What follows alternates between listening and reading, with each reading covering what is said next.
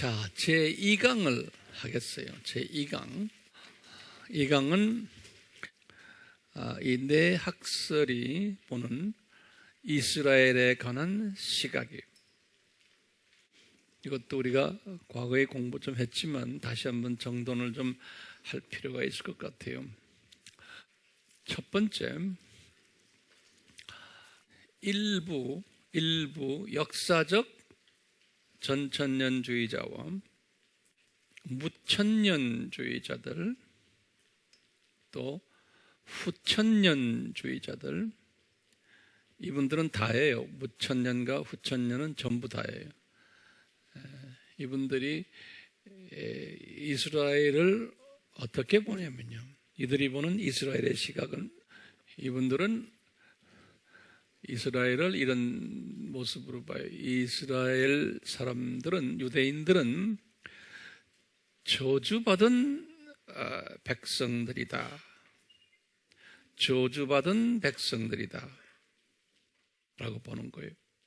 이분들이 어떻게 저주를 이야기를 하냐면, 작은 넘버 1번에 구약 때는 하나님의 선택된 복받은 민족이었다. 구약 때는 하나님의 선택받은 복된 민족이었다. 그런데 이제 그 조그만 넘버 두 번째로 신약에 들어와서는 하나님의 저주를 받은 민족으로 변했다.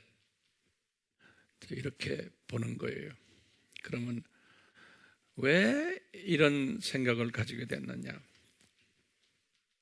이제 거기 조그만 넘버로 이제 이분들이 왜 이런 생각을 가지게 됐느냐?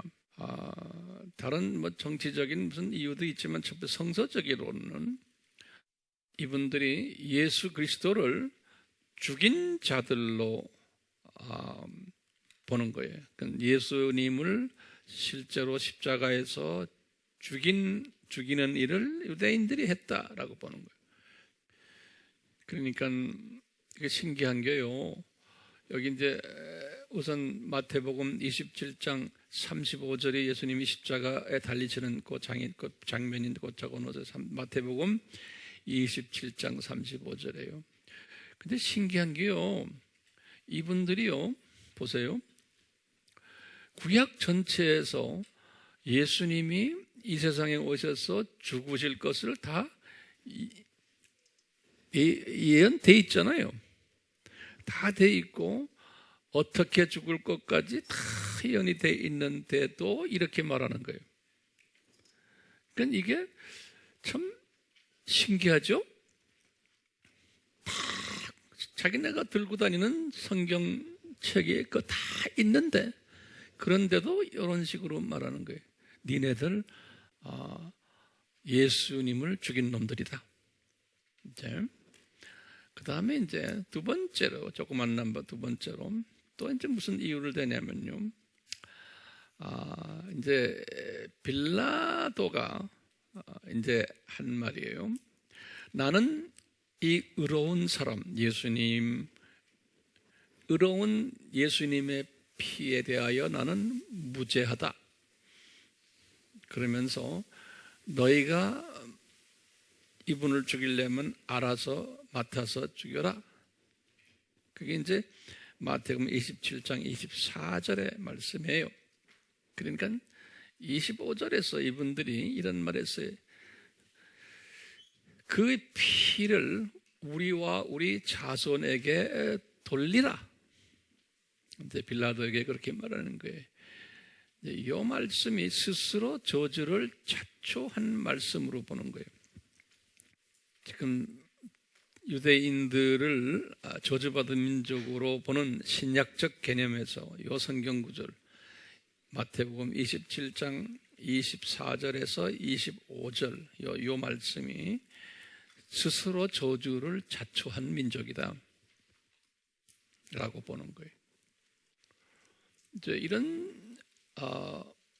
이런 차원에서 성서를 이제 해석을 하면서요, 이와 관련해서 또 우리 잘 아는 이 이스라엘 민족이 이 5가지로 저주받은 모습을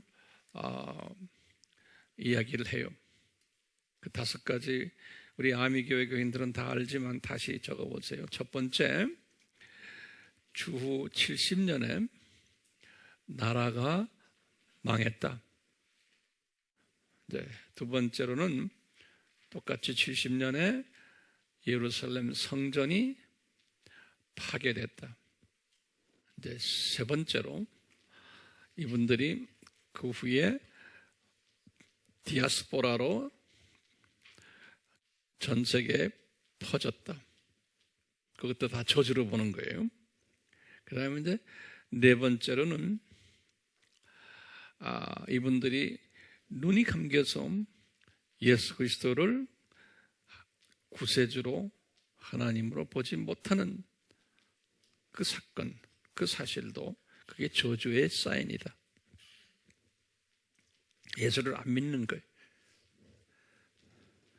그 다음에 다섯 번째로 기독교인들로부터 특히 이제 유럽에 있는 기독교인들로부터 반유대주의 사상이 팽배해져 가지고 이분들을 계속해서 저주받은 민족으로 핍박을 한 사건들, 지금까지도 이 반유대주의요. 이런 5가지를 봐도 이분들은 저주받은 민족이다라고 보는 거예요. 그래서 이것은 어떤 지금 종말론 사상 가진 분들이 지금 이렇게 보고 있어요? 이게 중요한 게 어떤 종말론 사상 가진 분들이? 일부 역사적 전천년주의자들과 그 다음에 무천년주의자들과 그 다음에 후천년주의자들이, 그러니까 대부분 다예요. 대부분 다 기독교인들이 다 1세기부터 지금까지.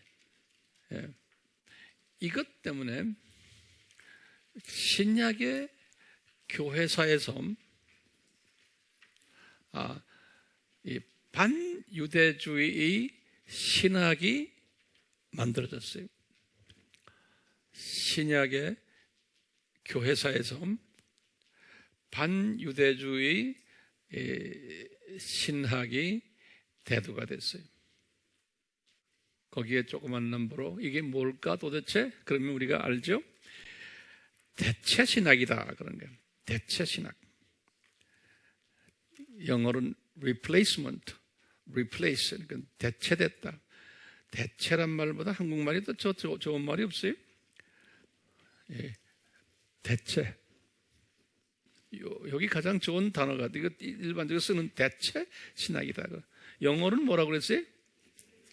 replacement 그래요. replacement theology 그래. 이거는 세계적으로 국제적으로 다 알려진 말들. replacement theology 그래요. 이 말은 뭐냐면 이스라엘이라는 요 단어가 구약에서는 이스라엘이라면 하나님이 선택을 한 사랑하는 백성들이 그 이스라엘이라는 그 단어가. 그런데 신약에 와서 그 이스라엘이라는 그 단어가 어떻게 변했냐? 교회로, 다시 말하면 크리스천들로 변했다는 거예요. 대체가 됐다는 거예요. 그래서 이 구약에서의 이스라엘을 읽을 때는 그냥 이스라엘을 문자적으로 읽지만 신약에 와서의 이스라엘이라는 단어는 다 뭐로 대체가 됐어요? 교회로, 크리스천으로 대체시켜서 성서를 해석하는 거예요. 그래서 그것을 replacement theology 그러는 거예요. 대체 신학이라고 하는 거예요. 이 대체 신학을 이제 여러 가지로 또 신학적인 용어들이 있어요. 그 용어들 언약 신학이다 이렇게 부르기도 하고요. 또는 계약 신학이다. 또 그 중에 일부가 또 개혁 신학이다. 이런 말 다 들었죠? 이런 단어들은 다 뭐를 내포하고 있어요? 대체 신학을, 반유대주의 신학들이에요. 그래서 구체적으로 반유대주의 신학이, 이런 신학을 가지고 있었고 지금까지 있는 교단들을 보면요, 로마 가톨릭, 정교회, 성공회, 루터교, 개혁교라는 건 칼빈이 만든 교단을 개혁교단이라고 해요. 그 다음에 장로교, 침례교, 또는 회중교, 또는 감리교, 구세군, 이제 이런 모든 교단들이 무슨 신학을 갖고 있어요? 반유대주의 신학을 가지고 있어요. 그러니까 우리가 평소에 우리 입에 오르는 유명한 신학자들, 칼빈이니 루터니 여기에 대한 자세한 것은 우리 아미의 로마서 9장, 10장, 11장 강해를 이제 보시면 자세하게 나오니까요. 그렇게 공부하시길 바라요. 이렇게 이제 교회라는 크리스천 공동체 거의 다가 반유대주의 신학을 가지고 있었어요. 그러다가 종교 개혁, 1517년이죠. 종교 개혁이 일어난 후에 이 성서들이 이제 프린트되기 시작을 했어요. 이제 1611년에 킹 제임스, 1611년에 킹 제임스 성경이 영어로 이제 번역이 되고, 그러면서 많이 이제 이렇게 알려지면서 사람들이 눈을 뜨기 시작을 하면서 지금까지 자기네가 1500년 동안 공부해왔던, 배워왔던 이 반유대주의, 이것이 잘못됐다라는 사람들이 여기저기에서 나타나기 시작을 했어요. 종교개혁 이후에. 그렇지만 이분들은 그것이 잘못됐다라고 표현을 하면 그대로 핍박으로 들어갔어요. 혁명적인 생각이니까. 그래서 핍박 가운데 그런 사상들이 움틀기 시작한 것이 종교개혁 이후에요. 그러다가 우리 공부했죠. 1850년경에 아일랜드의 변호사 출신인 존 다비라고 그러죠. D-A-R-B-Y,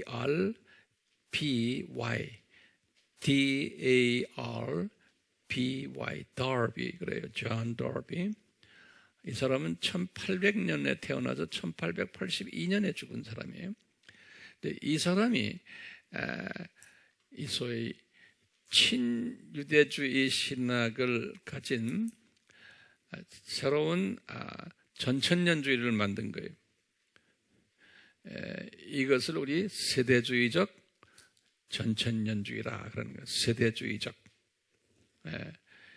이 사상이 뒤늦게 나타난 사상이에요. 하나님이 때가 되어서 이런 사상을 또 만들어내게끔 허락하신 것 같아요. 나중에 이제 이 부분도 조금 자세히 제가 설명할 기회가 있을 텐데요. 그래가지고 이제 이 사람의 이 사상이 미국으로 건너가 가지고 이제 1909년에 그 미국의 이 미시간주의 데트로이트 쪽에서 변호사를 하시던 사이러스 스코필드라는 자세한 것은 우리 로마서에 들어가시면 다 나오니까 스코필드예요. 또 우리 아바 공부에도 그게 나오니까요. 이 사람이 1909년에 미국 사람인데 변호사인데 이 더비이즘을 전수받아가지고 이것을 신학화한 사람이. 그래서 이 사람이 미국 전역에 이 더비이즘 다시 말하면 친유대주의적인 세대주의적 전천년주의를 교리화해서 심지어는 1909년에 성경까지 이 교리에 맞게끔 성경을 집필을 했어요. 그래서 지금도 스코필드 레퍼런스 바이블이라고 그래서 스코필드의 관주 성경이라고 그래서 지금도 유명해요. 미국의 이 소위 보수 그룹들, 지금 이 트럼프를 밀고 있는 이 보수 그룹들이 다 이쪽 계통 사람들이에요. 그리고 우리나라에도 이 기독교 책방에 가면 이분의 성경들이 많이 팔리고, 이쪽 그룹들이 가지고 있는 장점도 있고 또 단점도 있어요. 항상 단점이 또 있어요. 근데 그 단점은 스스로가 또 보질 못해요. 그럼 우리는 이 자리에서 한번 그건 언젠가는 좀 보게 될 거예요. 이제 예컨대 이제 웹에 탁 들어가면 이쪽 사상을 가진 사람들이 웹에 많이 떠요. 우리 한국 분들도 보면 제가 이렇게 보니까 웹에 요새 이 종말에 관계되는 이야기를 하는 사람들 중에 보니까 정무에 맞아요? 그분이 어째 보니까 뭐 접속이 많더라고요. 그분도 다 이쪽 계통 분들이에요. 이쪽 계통 분들인데, 이분들이 한국에서 소위 이 무천년주의자들에 의해서 세대주의는 이단이다라고 공격받는 대상들이에요. 조금 복잡해요. 그런데 우리나라의 이쪽 분들이 그 성경, 제가 가지고 있는 이 킹 제임스 성경, 이 한국 어판 있잖아요. 여기 이게 보이시죠? 이 책이 많이 팔려요. 여기 보면 말씀 보존학회라고 이야기 다 들었죠? 예. 이 말씀 보존학회 이 사람들이 세대주의 사람들이에요. 예. 근데 이 사람들이 이분도 이쪽 계통 사람으로, 제가 그 사람의 그 메시지를 조금 이렇게 쭉 내가 섭렵해 보니까 이쪽 계통 사람이에요.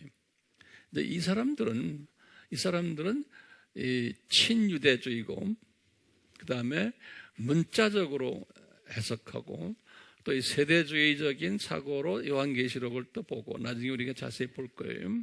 예, 성서를 그런 식으로 이제 보는 분들이에요. 보고, 또 이분들의 이분들 식으로 요한계시록을 나중에 보면은 좀 문제들이 좀 있어요. 그래서 이제 그런 건 나중에 이제 우리가 자세히 볼 것이고요.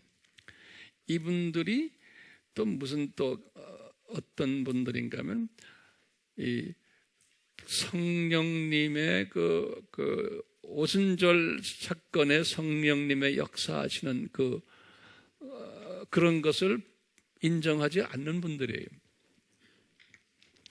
예컨대 방언을 하거나 예언을 하거나 뭐 박수 치거나 또는 뭐 성령님의 뭐 기름 부으심 이런 거 있어서 기도하고 이런 거 있잖아요. 이런 것을 이분들은 인정을 안 해요. 왜?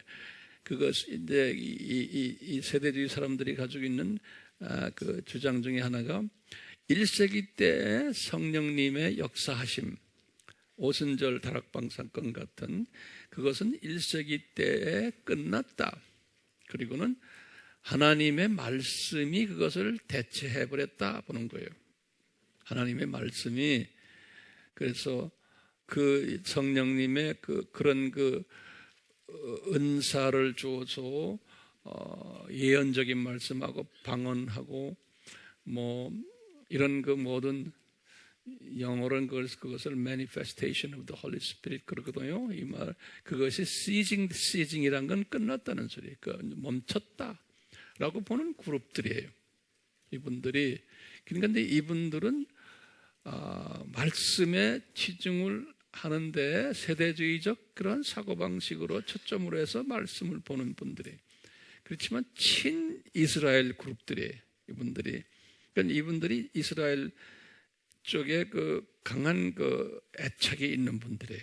그렇기 때문에 하나님은요, 보면은 어느 누구나 저를 포함해서 한쪽이 강하고 한쪽이 약한 부분이 있는 거예요. 그건 하나님이 그렇게 디자인하셨어요.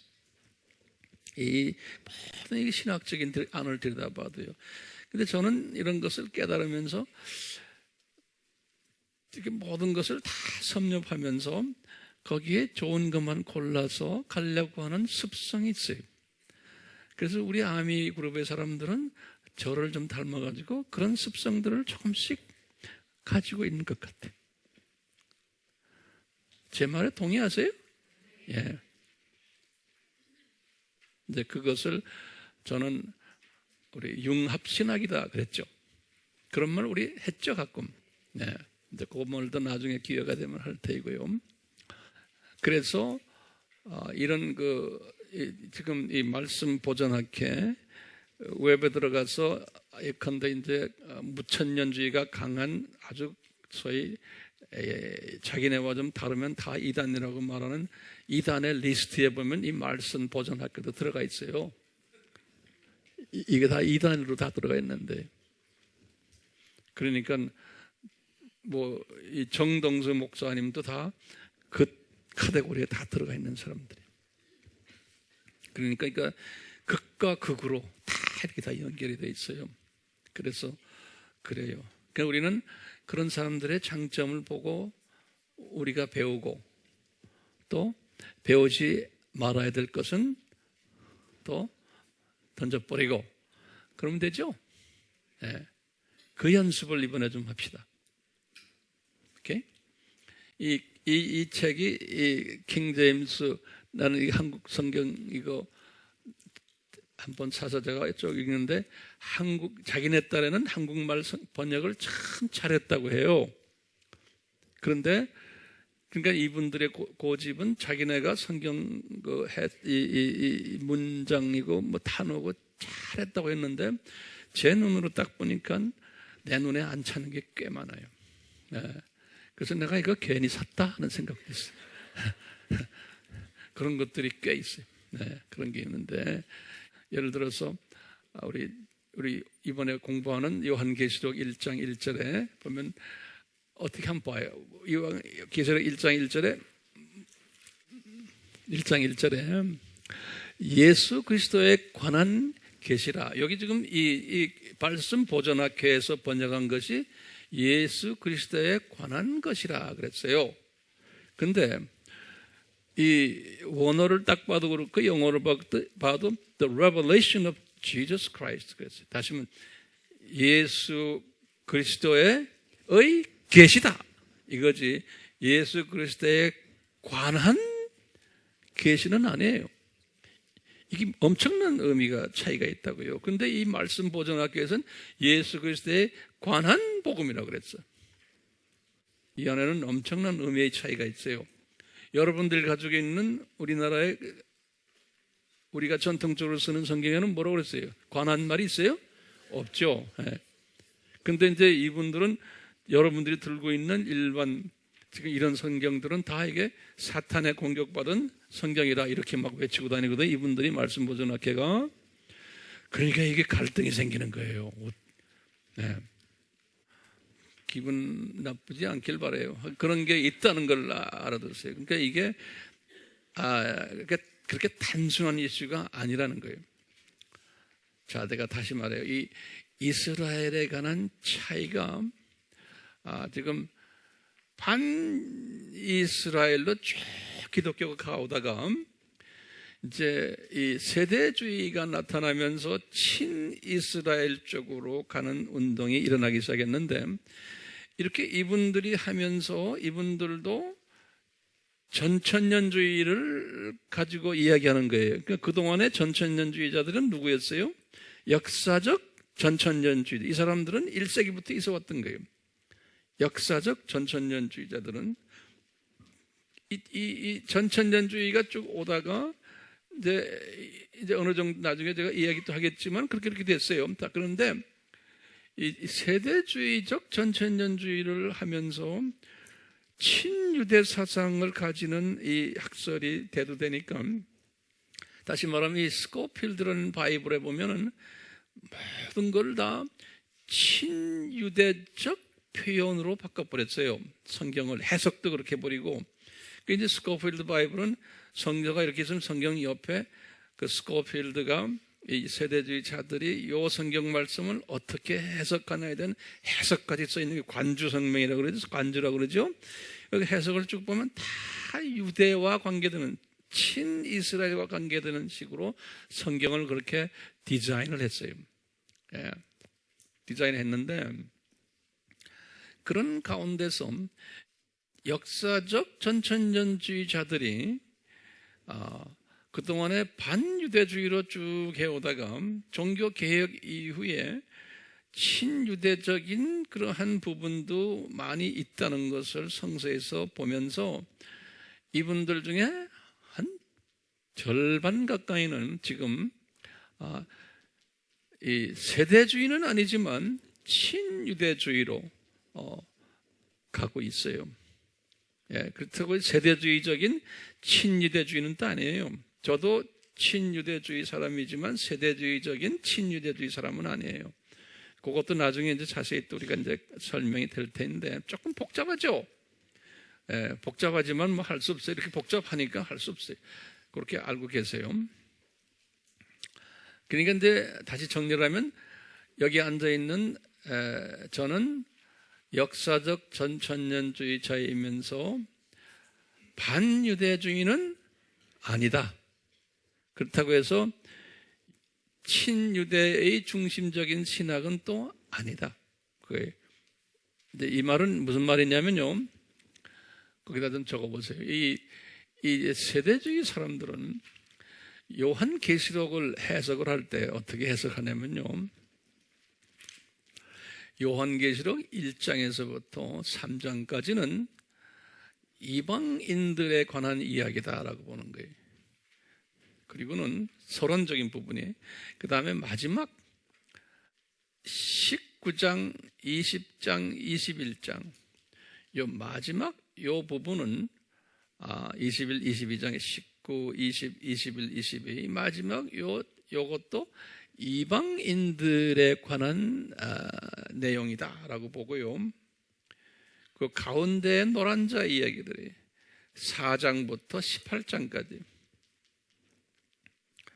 요것은 유대인에 관한 계시다라고 보는 거예요. 그렇기 때문에 이분들은 그 요한계시록을 보는 시각이 엄청나게 달라요.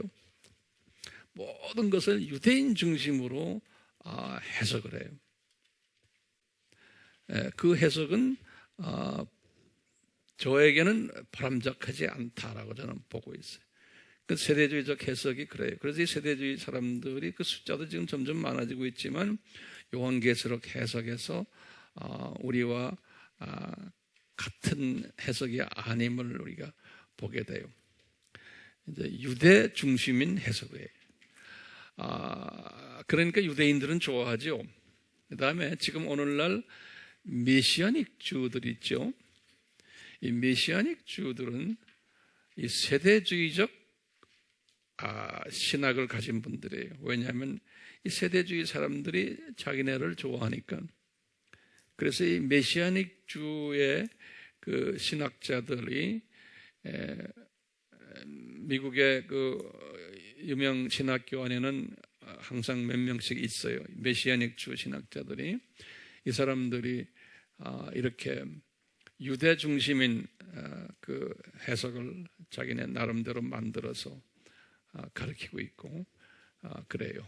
그래서 저희들은 그런 식으로 이 요한계시록을 보지 않을 거예요. 자, 그 다음에 보면 제3강을 보세요. 3강에 3강은 이 세상을 보는 시각이 또 차이가 있어요. 이 지금 네 가지 학설들이 이 세상을 보는 시각의 차이가 있어요. 이 세상을 보는 시각의 차이. 이것도 굉장히 중요한 개념이니까요. 첫 번째, 이 비관적 시각으로 보는 거예요. 첫 번째는 이 세상을 비관적으로 보는 거예요. 이 말은 무슨 말이냐면요, 산고 신학이다, 이렇게 제가 한번 붙여봤어요. 산고. 이제 예수님이 재림 전에는 이 세상이 산고를 경험하게 되어 있다라고 보는 신학이에요. 예수님 재림 전에는 이 세상이 산고를 경험할 것이다, 경험해야 된다라고 보는 신학. 마태복음 24장이나 우리 요한계시록 6장에 의거하여 이렇게 우리가 해석을 하고 있어요. 그러면 예를 들면 이제 예수님 재림 전에 자연이 산고를 한다. 이 자연 환경이 지진 또는 자연재해, 기후 변화, 이런 것이 산고를 겪게 될 것이다 라고 보는 거예요. 그 다음에 인간의 삶도 산고를 할 것이다. 인간의 삶, 전쟁이 많이 일어나고 또 전염병이 많이 일어나고 또 불법이 성해지고 부패해지고 이런 사회적 인간적 산고들이 있고, 또 교회가 또 산고를 경험할 거다. 이 교회가 이 잠자는 교회가 있을 것을 예수님이 말씀하시면서 깨어라, 깨어라 이런 말씀을 여러 번 하셨어요. 잠자는 교회가 있고 또 깨어있는 교회. 그래서 교회의 산고예요. 그래서 이제 환난을 통과하는 교회, 환난을 통과하지 않고 들림받는 교회. 또 어떤 산고가 있냐면 복음의 산고가 있을 것을, 이 gospel, 복음의 산고가 있을 것을 다시 예수님이 예언하시기를 종교다원주의로 복음이 산고를 겪을 것을 예언하셨어요. 뿐만 아니라 복음 전파자들이 산고를 겪을 것을, 선교자가 급증할 것이고 미움 받을 것이고 핍박 받을 것을, 이런 산고들을 가리켜 이 세상을 비관적으로 본다라고 신학자들이 그렇게 표현을 해요. 이 산고 신학에 이렇게 보는 종말론이 어느 종말론인가? 이렇게 보는 종말론들이요, 역사적 전천년주의, 또 세대주의적 전천년주의, 또 무천년주의자들도 이렇게 보는 거예요. 그건 좀 복잡해요. 우리가 이거 다 공부하는 것은 여러분들의 이 영적인 시각을 좀 넓히고 높이고 하는 그 연습하기 위해서 그래요. 자, 그런데 무천년주의자들이 보는 그 상고나 전천년주의자들이 보는 상고가 다 같아요. 분명히 같죠? 그런데 무천년주의에서 이렇게 한쪽으로 나온 그룹이 후천년주의예요. 이 후천년주의는 낙관적 시각을 가지고 있어요. 여기서 엄청난 차이가 있어요. 이 후천년주의의 사람들은 어떤 사고냐면, 언젠지는 모르지만 예수님의 재림이라는 그 뜻은 뭐냐면, 이 세상이 낙원화됐을 때, 이 세상이 사람 살기 좋게 되었을 때, 그때 세상이 끝나고 예수님이 재림에 오신다라고 믿는 거예요. 이 세상이 잘 천국화됐을 때, 그래서 낙관적 시각을 가진 세상을 보는 눈이, 그러니까 뭐냐? 우리 그리스도인들이 이 세상을 천국화시켜야 되는 사명이 있다는 거예요. 그러니까 예수 그리스도의 재림을 기다린다면 이 세상을 우리가 천국화시켜야 된다는 거예요. 그러기 위해서는 고아들도 도와줘야 되고, 예수를 믿든 안 믿든 과부들도 도와줘야 되고, 가난한 사람들 도와줘야 되고, 소위 사회복음이 사회복음. 근데 지금 지금 후천년적 낙관적 시각 가진 분들이 거의 대부분 다 100%가 진보신학자들이, 진보신학을 가진 분들이, 이분들은 종교 다원주의 신학까지도 가진 분들이. 그러니까 모든 사람들은 종교에 관계없이 다 구원받는다. 만인 구원론자들이. 내가 수천 번을 이런 이야기를 했기 때문에 귀 따갑게 아마 듣고 계셨을 거예요. 그러니까 이분들은 이 사상을 가진, 후천주의 사상을 가진 분들이 전체 기독교인의 약 한 70~80%가 전 세계에 이런 사상을 지금 가지고 있는 게 특징적이에요. 그러니까 이분들은 지금 세상이 지금 자꾸 뭐 지진도 자꾸 일어나고 뭐 여러 가지 잘못된 비관적인 일들이 일어나는 것에 대해서 안타까워하는 사람들이에요. 그러니까 이 사람들은 뭐냐? 인간이 노력을 해가지고 세계 평화를 만들어야 된다는 거예요. 인간이 노력해서. 그래서 UN을 중심으로 해서 지금 열심히 세계 평화를 위해서,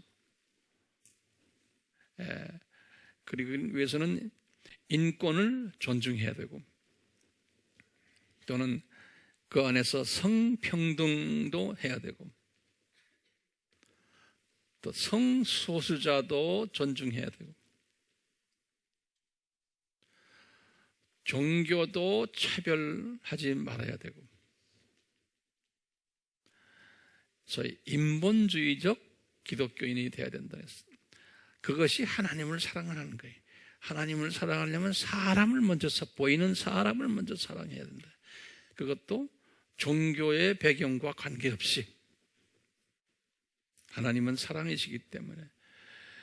이제 이런 사상을 가지고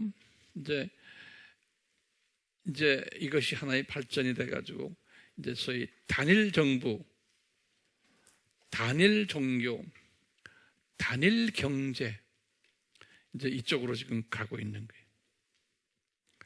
나중에 우리 계시록에서 이제 보겠지만요, 13장에서 이제 적그리스도에 관한 이야기를 때가 되면 제가 자세히 설명을 할 터인데, 이제 이런 모든 일들을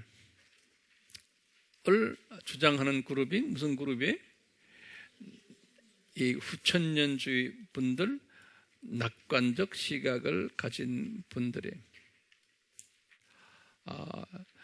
근데 지금 우리나라도 마찬가지지만 소위 복음주의라는 분들,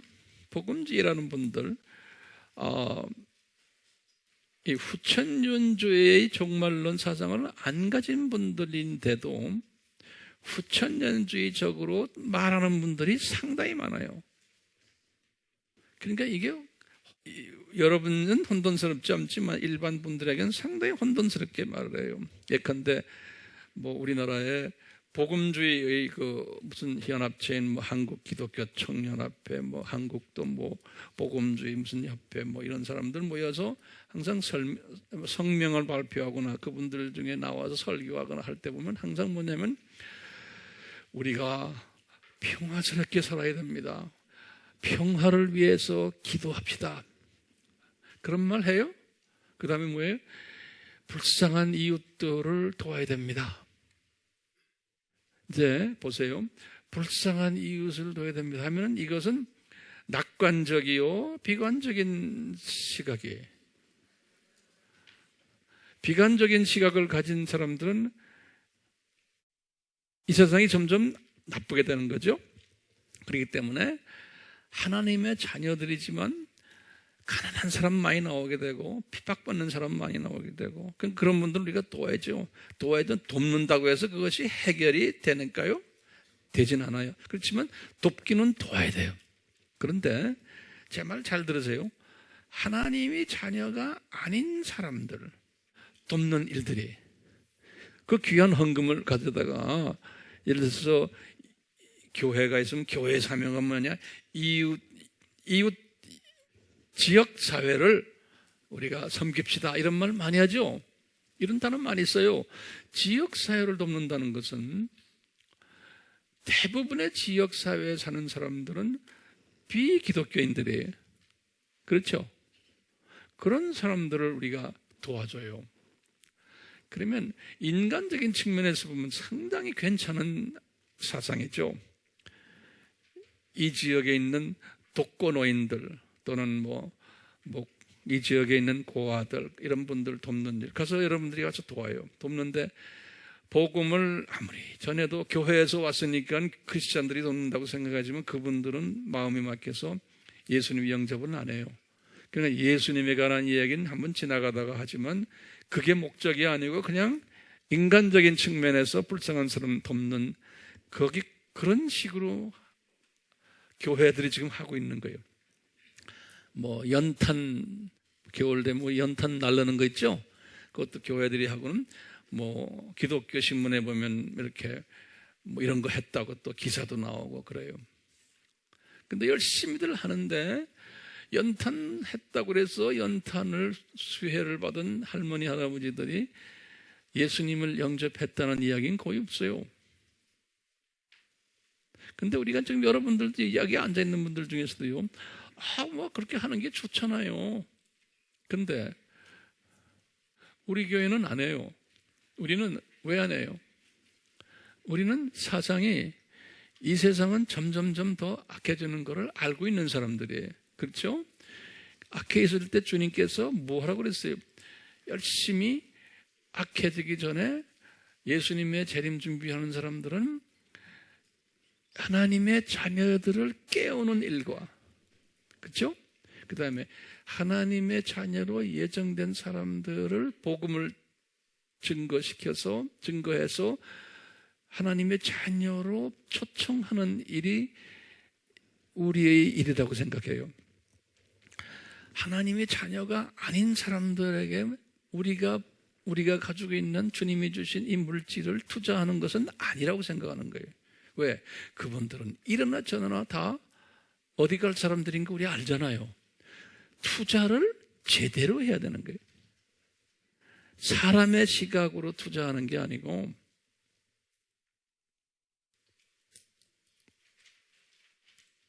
그런데 우리나라 교회도 보면 그런 시각보다는 그냥 불쌍한 사람들 도와주는 시각이, 그게 왜 그런 시각이 있을까요? 그 속에 뭐가 깔려 있어요? 종교 다원주의가 깔려 있어요. 만인 구원론이. 그분들 하나님의 자녀일 수 있다. 종교에 관계없이라는 그 전제의 사상이 들어있기 때문에 도와주는 거예요.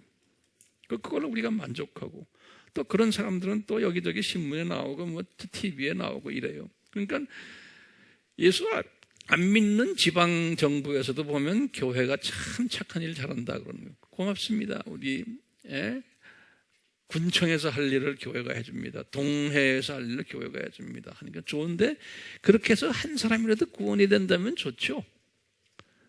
그렇죠?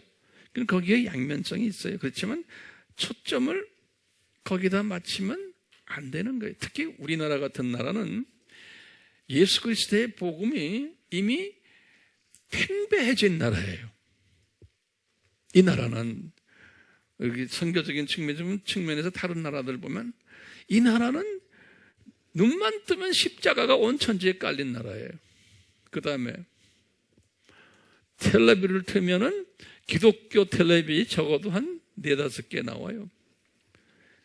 기독교 신문도 엄청나게 많아요. 주변에 기독교인들이 엄청나게 많고요. 기독교 책방도 전 세계에서 우리나라가 제일 많아요. 그러니까 기독교에 관한 인포메이션, 이 엄청나게 세계에서 제일 많은 나라예요. 그래도 예수님한테 안 오는 사람들은 그냥 놔둬야 돼요. 다른 지금 민족에 비하면요. 그렇기 때문에요. 여러분들이 네 가지 종말론 사상을 깨뚫고 있어야 돼요.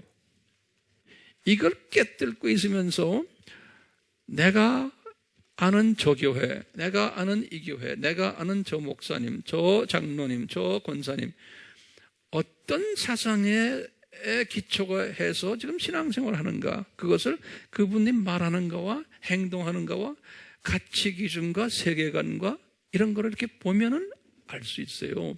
근데 많은 사람들이 막 비빔밥처럼 혼돈이 돼 있어요. 왜? 이것이 정돈이 안 됐기 때문에 그래요. 이런 풍울로 다 듣고 있어서. 그렇기 때문에 이 종말론 인대학설이 굉장히 중요한, 이것을 잘 섭렵하는 것. 오늘날은 특히 이것이 정리가 안 되면 기독교계가 혼돈이 되게 된 것을 여러분들도 혼돈적으로 보고 있고, 여러분들도 모든 것을 제재로 된 시각으로 볼 수 없게끔 지금 돼 있어요. 그래서 이 훈련이 절대로 필요한 거예요.